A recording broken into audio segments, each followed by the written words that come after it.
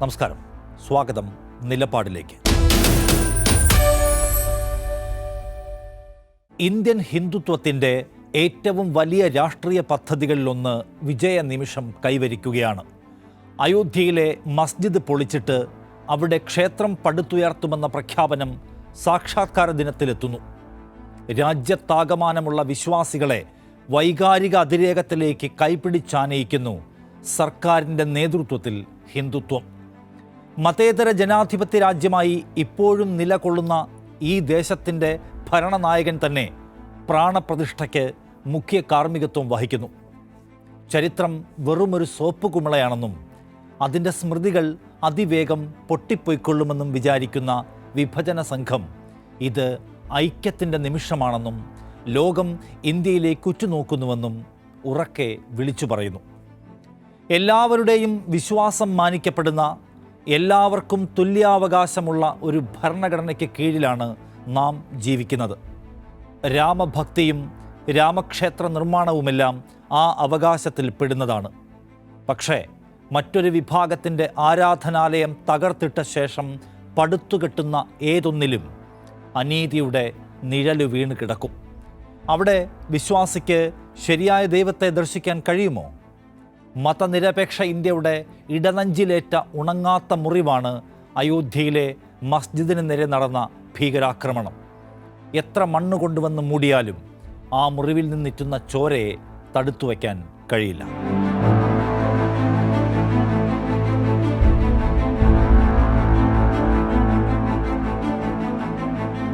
മറന്നു പോവുക എന്നത് മനുഷ്യ സഹജമാണ്.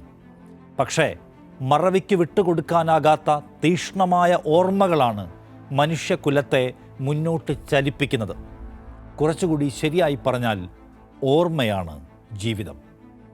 അയോധ്യയിൽ ഉയർത്തിയ പുതിയ ക്ഷേത്രം ദേശീയ നേട്ടത്തിൻ്റെയും ഉണർവിൻ്റെയും കേന്ദ്രമാണെന്ന് പറയുന്ന ഭരണകൂടം ഓർമ്മയുടെ ആളുന്ന കനലുകളെ പഴംതുണി കൊണ്ട് മൂടാൻ ശ്രമിക്കുകയാണ്. മതനിരപേക്ഷ രാഷ്ട്രത്തിൻ്റെ നെഞ്ചുനീറ്റുന്ന തീക്കുണ്ടത്തിൽ നിന്നുകൊണ്ട് ലോകമിതാ ഇന്ത്യയിലേക്ക് നോക്കി അഭിമാനം കൊള്ളുന്നുവെന്ന പൊയ്വാചകം പറയുകയാണ് അവർ. രാമവിഗ്രഹത്തിൻ്റെ പ്രതിഷ്ഠ രണ്ടാം ദീപാവലി പോലെ വീട്ടിൽ വിളക്കുകൾ തെളിച്ച് ആഘോഷിക്കണമെന്ന് രാജ്യത്തിൻ്റെ പ്രധാനമന്ത്രി അഭ്യർത്ഥിക്കുന്നു. ലക്ഷക്കണക്കിന് വാട്സാപ്പ് ഗ്രൂപ്പുകളിലൂടെ ഈ സന്ദേശം കോടിക്കണക്കിന് മനുഷ്യരിലേക്ക് പരത്തുന്നു.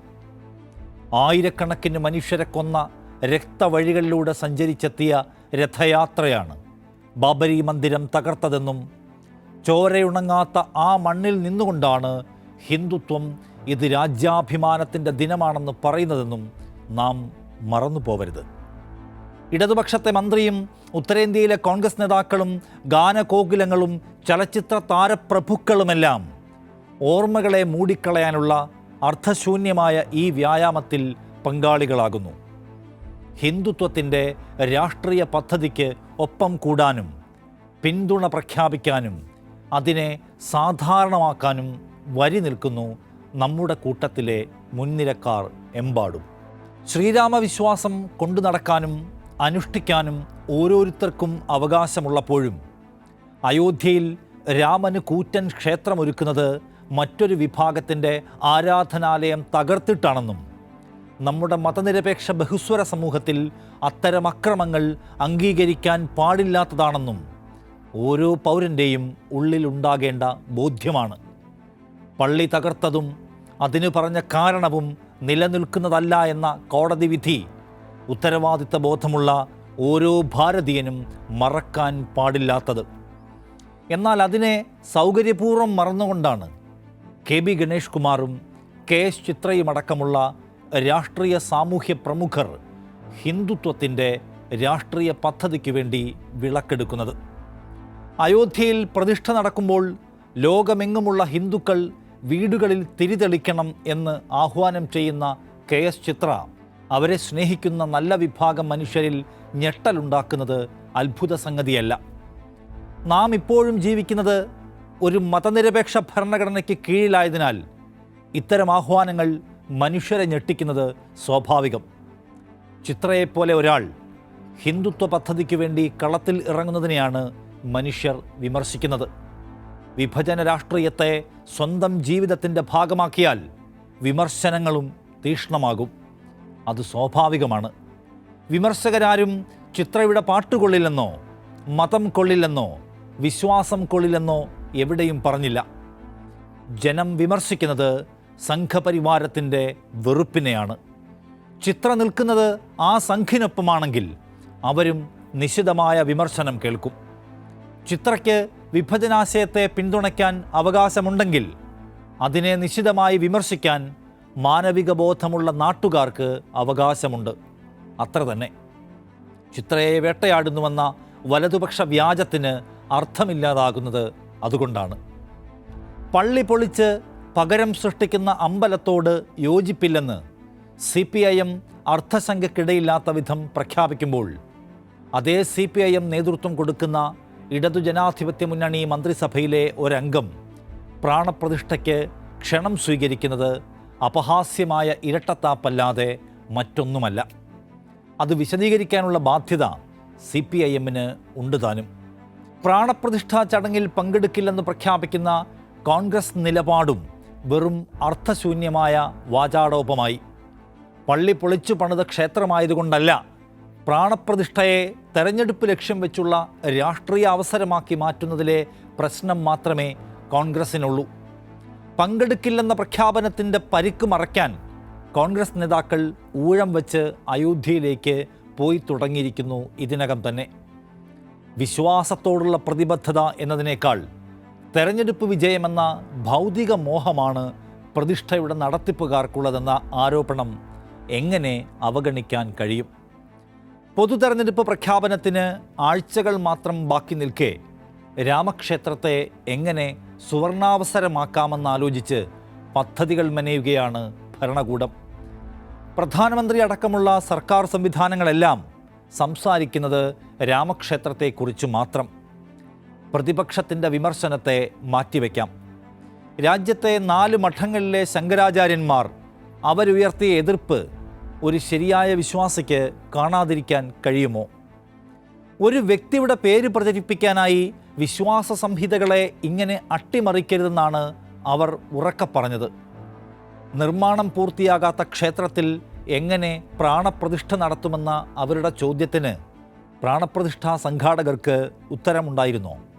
മുഹൂർത്തം നിശ്ചയിച്ചതിലും പ്രശ്നങ്ങളുണ്ടെന്ന് പറയുന്ന ശങ്കരാചാര്യന്മാർ ഒരു രാഷ്ട്രീയ നേതാവിൻ്റെ പേര് പ്രചരിപ്പിക്കാൻ ആചാരങ്ങളെ അട്ടിമറിക്കുന്നത് ദൈവത്തിനെതിരായ കലാപമാണെന്ന് തെളിച്ചു പറഞ്ഞു. നിഷ്കളങ്കരായ KS ചിത്രമാർക്ക് ഈ ആചാരലംഘനത്തിൽ പ്രശ്നമൊന്നുമില്ലേ? NSS നേതൃത്വത്തിനും SNDP ജനറൽ സെക്രട്ടറിക്കും ഒന്നും ഈ ആചാരലംഘനത്തെക്കുറിച്ച് മിണ്ടാട്ടമില്ലെന്നാണോ? ശങ്കരാചാര്യന്മാരെക്കാൾ പ്രാധാന്യം സംഘപരിവാരത്തിന് തന്നെ.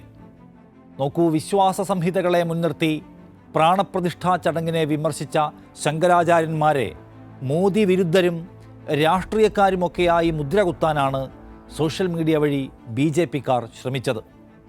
ശങ്കരാചാര്യന്മാരിലൊരാൾ കോൺഗ്രസിനായി പ്രവർത്തിച്ചിരുന്നു എന്ന നുണ വരെ അക്കൂട്ടത്തിൽപ്പെടും. പ്രതിപക്ഷത്തിൻ്റെ കോഴ വാങ്ങി മോദിക്കെതിരെ പ്രവർത്തിക്കുന്നു എന്ന മട്ടിലുള്ള കഥകൾ വേറെ. മോദിയുടെ പ്രതിച്ഛായയ്ക്ക് കോട്ടമുണ്ടാക്കുന്നത് ആരു പറഞ്ഞാലും അവരെ വേട്ടയാടും എന്നതാണ് IT സെൽ തെളിച്ചങ്ങ് പറയുന്നത്. അതിപ്പോൾ ഏത് ആചാര്യനായാലും ഏത് സന്യാസിയായാലും ഹിന്ദു മതമെന്നാൽ മോദിയാണ്, അതിനപ്പുറം ആരും ഒന്നും പറയണ്ട എന്നതാണ് സമീപനം. ഒരു മതനിരപേക്ഷ ജനാധിപത്യ രാജ്യമായി ഇപ്പോഴും നിലകൊള്ളുന്നു ഇന്ത്യ. ഇന്ത്യയെ മതരാഷ്ട്ര സ്വഭാവിയാക്കാനുള്ള ശ്രമങ്ങൾക്ക് പ്രധാന മാധ്യമങ്ങളെല്ലാം പക്ഷേ കൂടിക്കൊടുക്കുന്നു എന്നതാണ് കാണേണ്ട സംഗതി.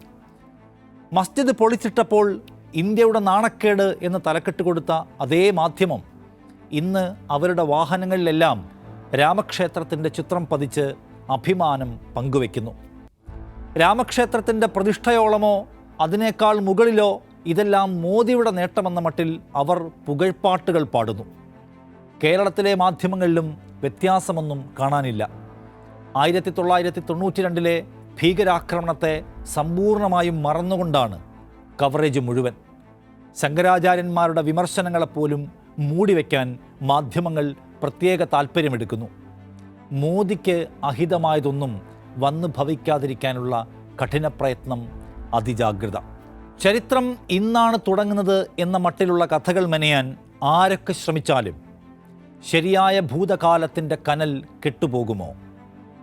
4.5 നൂറ്റാണ്ട് കാലം ഒരു മതവിഭാഗം ആരാധന നിർവഹിച്ചിരുന്ന ഒരു മന്ദിരം പൊളിച്ചിടാതെ ഇന്ത്യൻ ഹിന്ദുവിന് നീതി കിട്ടില്ല എന്ന് പ്രഖ്യാപിച്ചുകൊണ്ട് ഹിന്ദുത്വം നടപ്പിലാക്കിയ കലാപകലുഷിതമായ യാത്രയ്ക്കൊടുവിലാണ് ബാബരി മസ്ജിദ് തകർത്തെറിഞ്ഞത്.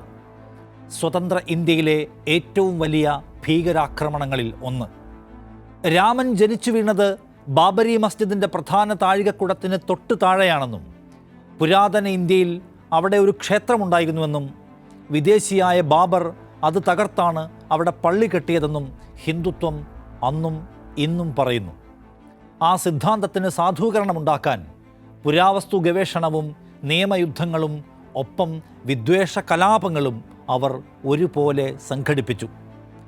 ചരിത്രത്തിൻ്റെയും നിയമത്തിൻ്റെയും സകല പരിശോധനാഘട്ടങ്ങളും കഴിഞ്ഞ് രാജ്യത്തെ പരമോന്നത കോടതി പക്ഷേ പരിവാരത്തിൻ്റെ പദ്ധതിക്കൊപ്പിച്ചുള്ള വിധിയല്ല പറഞ്ഞത്. ഹിന്ദു ക്ഷേത്രം തകർത്താണ് ബാബർ പള്ളി ഉണ്ടാക്കിയത് എന്ന് നിയമപരമായോ ചരിത്ര വസ്തുതകൾ കൊണ്ടോ തെളിയിക്കാൻ ഹർജിക്കാർക്ക് കഴിഞ്ഞില്ലെന്ന് കോടതി തീർത്തു പറഞ്ഞു. 1992 ഡിസംബർ 6 വരെ അവിടെ ഒരു മുസ്ലിം പള്ളിയുടെ നിർമ്മിതി ഉണ്ടായിരുന്നു എന്നത് അവിതർക്കിതമായ സത്യമാണ്. ഇസ്ലാമിക വ്യവസ്ഥകളും നിയമങ്ങളും അനുസരിച്ചല്ല ആ പള്ളി ഉണ്ടാക്കിയത് എന്ന ആരോപണം നിലനിൽക്കില്ലെന്ന് പറഞ്ഞു കോടതി. ആ പള്ളി മുസ്ലിങ്ങൾ ഉപേക്ഷിച്ചിരുന്നു എന്ന വാദവും കോടതി തള്ളിക്കളഞ്ഞു. 1949 ഡിസംബർ വരെ അവിടെ ആരാധന നടന്നിരുന്നുവെന്ന് കോടതി എടുത്തുകാട്ടി. അവസാനത്തെ പ്രാർത്ഥന നടന്നത് 1949 ഡിസംബർ 16 അതിരുവിട്ട നടപടികളിലൂടെ മുസ്ലിങ്ങളെ അവിടെ നിന്ന് പുറത്താക്കിയതും ഡിസംബർ 6 പള്ളി തല്ലി തകർത്തതും ഗുരുതരമായ നിയമലംഘനമാണെന്ന് പറഞ്ഞു കോടതി. ഇത്രയും കൃത്യമായി ചൂണ്ടിക്കാണിച്ചുകൊണ്ടാണ് ഇന്ത്യൻ ഹിന്ദുത്വം മതനിരപേക്ഷതയ്ക്കും സാഹോദര്യ ജീവിതത്തിനും ഏൽപ്പിച്ച പരിക്കെത്രയാണെന്ന് കോടതി വ്യക്തമാക്കിയത്. 2003 ഇന്ത്യയിലെ പുരാവസ്തു വകുപ്പ് കോടതിയിൽ കൊടുത്ത റിപ്പോർട്ടിൽ ക്ഷേത്ര അവശിഷ്ടങ്ങൾ കണ്ടെത്തിയെന്ന് അവകാശപ്പെട്ടിരുന്നു എങ്കിലും കോടതി അത് അംഗീകരിച്ചില്ല. പുരാവസ്തു വകുപ്പ് കണ്ടെത്തിയെന്ന് പറയുന്ന അവശിഷ്ടങ്ങൾ ക്ഷേത്രത്തിൻ്റേതാണെന്ന് പറയാനാവില്ല എന്ന് കോടതി വിലയിരുത്തി. അതുമാത്രവുമല്ല, പുരാവസ്തു വകുപ്പിൻ്റെ ഈ റിപ്പോർട്ട് പുറത്തു വന്നപ്പോൾ തന്നെ വിവാദമായിരുന്നു എന്നതും ഓർക്കണം. പുരാവസ്തു ഗവേഷകരായ സുപ്രിയ വർമ്മയും ജയാ മേനോനും അവകാശപ്പെടുന്നത് ഈ റിപ്പോർട്ടിൽ യഥാർത്ഥത്തിൽ ഒരു ക്ഷേത്രത്തിൻ്റെ തെളിവുകളും ഇല്ല എന്നാണ്. പുരാവസ്തു വകുപ്പ് ഒരു മുൻവിധിയോടെയാണ് പ്രവർത്തിക്കുന്നത് എന്ന് അവർ വിളിച്ചു പറഞ്ഞു. ബാബരി മസ്ജിദിന് കീഴിൽ യഥാർത്ഥത്തിൽ എന്തെങ്കിലും ഉണ്ടെങ്കിൽ അത് പഴയ മസ്ജിദുകളുടെ തന്നെ അവശിഷ്ടമാണെന്നതായിരുന്നു സുപ്രിയ വർമ്മയുടെ നിലപാട്. പുരാവസ്തു വകുപ്പ് പറയുന്ന ക്ഷേത്രം 12-ാം നൂറ്റാണ്ടിലേതാണ്. ആദ്യത്തെ മുഗൾ ചക്രവർത്തി ബാബർ മധ്യേഷ്യയിൽ നിന്ന് ഇന്ത്യയിലേക്ക് വരുന്നത് ഏകദേശം 4 നൂറ്റാണ്ടുകൾക്ക് മുൻപ്. ആ 400 വർഷത്തിൻ്റെ ഇടവേളയിൽ എന്തൊക്കെയാണ് സംഭവിച്ചത് എന്ന് വിശദീകരിക്കാൻ തെളിവുകളൊന്നും ലഭ്യമല്ലെന്ന് കോടതി എടുത്തു പറഞ്ഞു.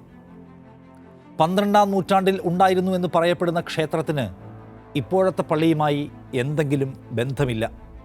അതായത് അന്നത്തെ ക്ഷേത്രാവശിഷ്ടങ്ങൾ ബാബരി മസ്ജിദ് നിർമ്മാണത്തിന് ഉപയോഗിക്കപ്പെട്ടു എന്ന് അവകാശപ്പെടുന്നതും തെളിവൊന്നുമില്ലാത്ത സംഗതിയാണെന്ന് കോടതി പറയുകയാണ്. ഇങ്ങനെയാണ് കോടതി ഈ അവകാശവാദത്തെ ചൊല്ലിയുള്ള വാദം ഉപസംഹരിക്കുന്നത്. ബാബരി മസ്ജിദ് നിർമ്മാണത്തിന് വഴിയൊരുക്കാൻ ക്ഷേത്രം തകർത്തോ എന്ന മർമ്മപ്രധാനമായ ചോദ്യത്തിന് ഉത്തരം നൽകാൻ പുരാവസ്തു വകുപ്പിന് കഴിഞ്ഞില്ല. പക്ഷെ എന്നാലും ഈ കണ്ടെത്തലുകളുടെ എല്ലാം മൗലിക സത്തയെ അവഗണിച്ചുകൊണ്ട് 16-ാം നൂറ്റാണ്ടിൽ ഒരു ക്ഷേത്രം തകർത്തതിൻ്റെ ഫലമാണ് ബാബരി മസ്ജിദ് എന്ന് വാദിച്ചവരുടെ ന്യായീകരണത്തെയാണ് കോടതി അംഗീകരിച്ചത്. അങ്ങനെ പള്ളിയുടെ തകർത്തിട്ട മണ്ണിൽ ക്ഷേത്രം നിർമ്മിക്കുന്നതിന് അനുകൂലമായി വിധി പറഞ്ഞു പരമോന്നത നീതിപീഠം.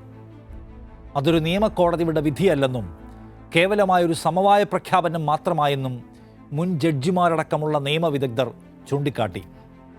ആ വിധിയെ മറ്റു പള്ളികളിലേക്കും അവകാശവാദം ഉന്നയിക്കാനുള്ള ഊർജമാക്കി മാറ്റി സംഘപരിവാരം. സുപ്രീം കോടതി വിധി കഥയുടെ അവസാനമല്ല, തുടക്കമാണെന്ന് VHP working president Alok Kumar പ്രഖ്യാപിച്ചു. ഇന്ത്യ മഹാരാജ്യത്തിൻ്റെ ചരിത്രത്തിലെ ഏറ്റവും ഭയജനകമായ ഇരുണ്ടു നീറുന്ന അധ്യായങ്ങളിലൊന്നാണ് ബാബരി ധ്വംസനം, നഗ്നമായ നീതി നിഷേധത്തിൻ്റെ, നിയമവ്യവസ്ഥ അട്ടിമറിക്കപ്പെട്ടതിൻ്റെ കെട്ടുപോകാത്ത ഓർമ്മയാണത്. ഈ ജനാധിപത്യ മതേതര ദേശത്തിൻ്റെ ആണിക്കല്ലിളക്കിയ ആ സംഭവങ്ങളിൽ നിയമവും നീതിപീഠവും ശരിയായി പ്രവർത്തിച്ചില്ല എന്നതുമാത്രമല്ല, നാം നോക്കി നിൽക്കെ കലാപകാരികൾ നിയമത്തിൻ്റെ വേലികൾ ഭേദിച്ചിറങ്ങി വരികയും വാഴ്ത്തപ്പെട്ടവരായി അവരോധിക്കപ്പെടുകയും ചെയ്തു എന്നതാണ് ആ സംഭവങ്ങളിലെ ഏറ്റവും ഗതികെട്ട കാഴ്ച. ഇന്ത്യൻ മതേതരത്വത്തിൻ്റെ തായ്വേര് തോണ്ടിയ ഒരു അതിക്രമത്തിൽ നിയമപരമായൊരു കോടതി വിധിയാണ് നാം പ്രതീക്ഷിച്ചതെങ്കിൽ ഒരു സമവായ സംഘത്തിൻ്റെ റോളിലേക്ക് വഴുതി മാറി നിരാശപ്പെടുത്തുകയാണ് പരമോന്നത കോടതി ചെയ്തത്. ഭൂമി ആർക്ക് എന്നതിൽ മാത്രമല്ല, പള്ളി പൊളിക്കൽ എന്ന ഭീകരാക്രമണത്തിലും പ്രതികളെ ശിക്ഷിക്കുന്ന വിധിപ്രസ്താവത്തിലേക്ക് പോകാതെ കോടതി നിയമത്തെ നോക്കുകുത്തിയാക്കി. കഴിഞ്ഞില്ല. ബാബരി മസ്ജിദ് ധ്വംസനത്തെ എന്നേക്കുമായി നമ്മുടെ ഓർമ്മകളിൽ നിന്ന് പോലും നിഷ്കാസനം ചെയ്യാനാണ് സംവിധാനങ്ങളെല്ലാം ആഞ്ഞു ശ്രമിക്കുന്നത്. 1992 ലോകം നോക്കി നിൽക്കെ പള്ളി പൊളിച്ചിട്ട സംഭവത്തിൽ ഉത്തർപ്രദേശ് സർക്കാരിനും ഉദ്യോഗസ്ഥർക്കുമെതിരായ കോടതിയലക്ഷ്യ കേസുകൾ സുപ്രീം കോടതി അവസാനിപ്പിച്ചത് വിചിത്രമായ ന്യായങ്ങൾ പറഞ്ഞുകൊണ്ടായിരുന്നു. മസ്ജിദ് തകർത്ത സ്ഥലത്ത് ക്ഷേത്രം നിർമ്മിക്കാൻ അനുവാദം നൽകിക്കൊണ്ടുള്ള 2019 വിധിയെ മുൻനിർത്തി മറ്റെല്ലാ കേസുകളും അവസാനിപ്പിക്കുന്നു എന്നാണ് കോടതി പറഞ്ഞ ന്യായം. ബാബരി മസ്ജിദ് കേസ് തീർപ്പാക്കിയതിനാൽ അതുമായി ബന്ധപ്പെട്ട കേസുകളെല്ലാം തീർപ്പാക്കുകയാണ് ഉചിതമെന്ന് ഒറ്റ നോട്ടത്തിൽ നമുക്ക് തോന്നാം. പക്ഷേ ഈ തീരുമാനത്തിൽ അത്തരം യുക്തിയോ നീതിയോ അല്പം പോലും ദർശിക്കുക സാധ്യമല്ല. കാരണം മസ്ജിദിന് ഒരു കുഴപ്പവും സംഭവിക്കരുതെന്നും അയോധ്യയിലെ തൽസ്ഥിതി തുടരുകയും വേണമെന്ന സുപ്രീം കോടതി വിധിയെ നോക്കുകുത്തിയാക്കിക്കൊണ്ടാണ് കലാപകാരികൾ അന്ന് പള്ളി തകർത്തിട്ടത്. അതിൻ്റെ പേരിലാണ് അന്നത്തെ ഉത്തർപ്രദേശ് സർക്കാരിനെതിരെ കോടതിയലക്ഷ്യ കേസുണ്ടായത്.